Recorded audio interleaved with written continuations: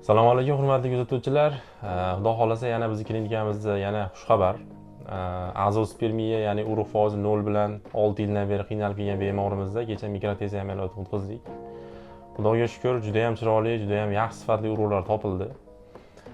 Bemorimizda demak juda ham og'ir holatdagi azospermiya, chunki moyaklar hajmi kichkina, 3 kubdan normadan ko'ra 5-6 marta kichkina, gormonlarda ham muammo bor, FSH gormoni juda ham yuqori. Bunaqa holatda biz bemorlarga 10-15% holatlarda urug' topish ehtimoli bor deb aytamiz. Chunki hech kimga 100% garantiya bermaganmiz shungacha. Natijani Alloh beradi, biz sababini qilamiz xolos.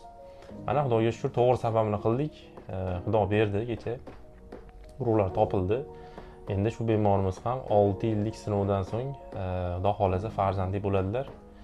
O'zlari juda ham ko'p joyda davolanganlar, ko'p lecheniyalar olganlar, lekin bu foyda bo'lmagan. Bizni shu ijtimoiy tarmoqlardan ko'rib, murojaat qilib keldilar. Biz to'g'ri sababni qilib berdik, shifoni Alloh berdi. O'zlaridan ham ozgina fikrlarni eshitasizlar. Kimda shunaqa muammolar bo'lsa, murojaat qilishingiz mumkin.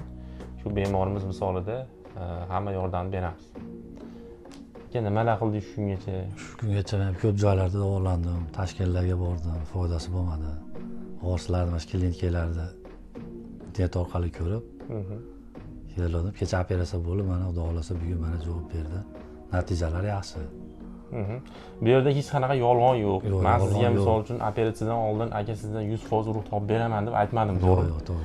Sizga aytdimki, sizda aka dedim, urug' chiqishidan urug' chiqmasligi ehtimoli baland dedim. Chunki tuxumlar hajmi kichkina dedim. Bu yerda hech kim yolg'on gapirib operatsiya qilishni kerak yo'q hech kimga. Hammasi ochiq oydin aytiladi, bemor rozi bo'lsa keyin qilinadi. Bu yerda yolg'on yo'q, hammasi rost. Shunaqa vaziyat. Operatsiyada og'riq bo'lmadi, hech qanaqa og'riq bo'lmadi. Hozir ham og'riq yo'q. Bemorimizni mana hozir perevazkalarni qildik. Yaralarning holati juda ham yaxshi. Hozir uylariga javob beramiz, bemor ketishlari mumkin. Kerakli dorilarni yozib beramiz. Xudo xolasa 1 hafta, 2 haftada o'sha operatsiya qilingan joylar ham bitib ketadi, xudo xolasa. Kimda shunaqa muammolar bo'lsa, bepushtlik holati, azospermiya bo'lsa, bemalol bizga murojaat qilishingiz mumkin.